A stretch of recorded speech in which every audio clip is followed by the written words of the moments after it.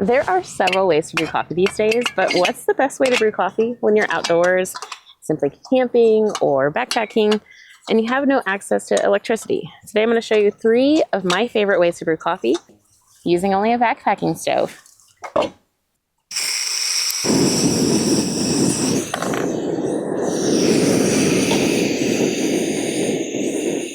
I have 3 options to use. I have the STANLEY Pour Over, and I just have it into a little cup.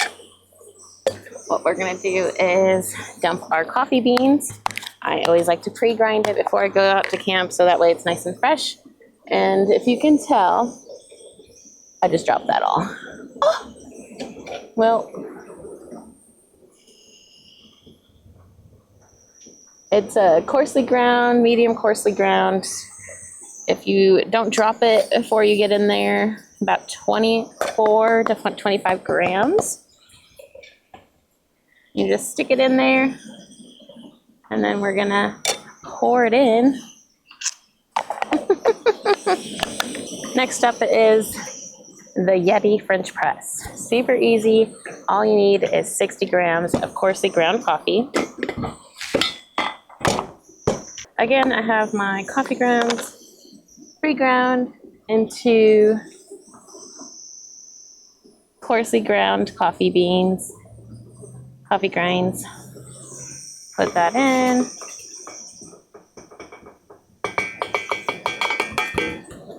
And lastly, we have my go-to every single time. I love even using it at home because it just is the closest I can get to an espresso shot without having any electricity. Ooh, ooh, ooh. So it comes with filter, your little strainer thing, and then we're going to add our coffee beans to that. And I have just medium, fine, coarse. Oh man, this ain't gonna work. I have spilled beans everywhere.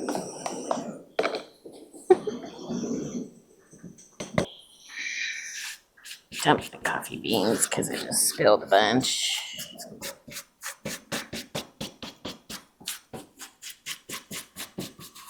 Ants will love it.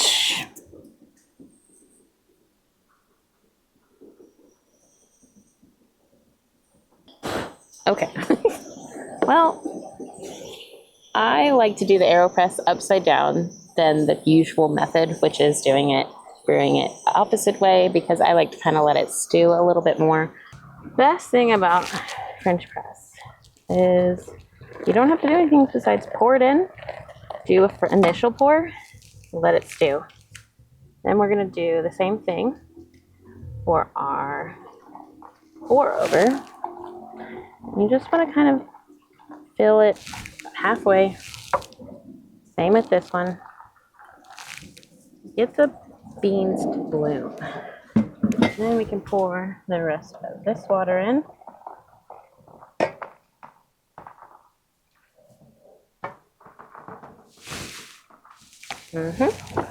Pour that in there.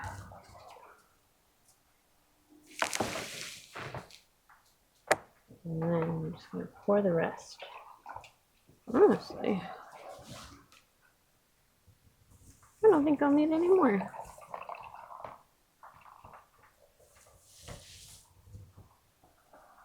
Okay. This, you pour it, leave it, forget it. This, pour it, leave it, forget it. This, pour it, get it in there, and then turn it over and press.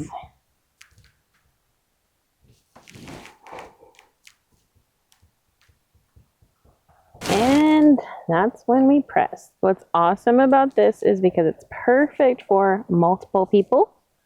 You can brew this for a big group of people and have funny. You don't have to do it one at a time for each person. Whew. And there's your coffee. Beautiful color. Tastes delicious. All right. Oh, that's really hot too. And lastly, we have our pour over, which is almost done.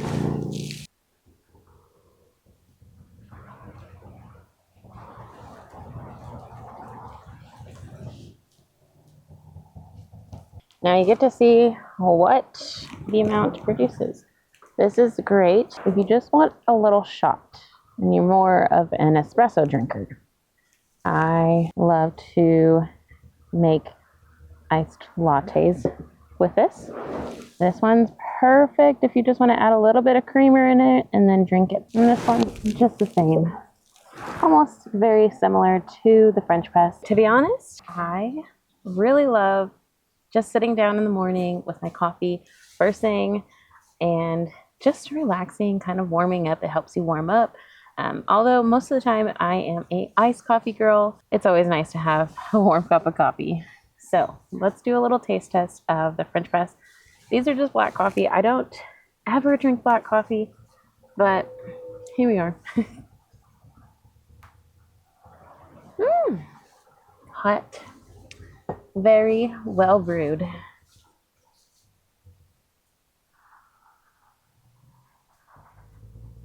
That one's a really like balanced, really mellow. This one's got that strong punch to it. And this one,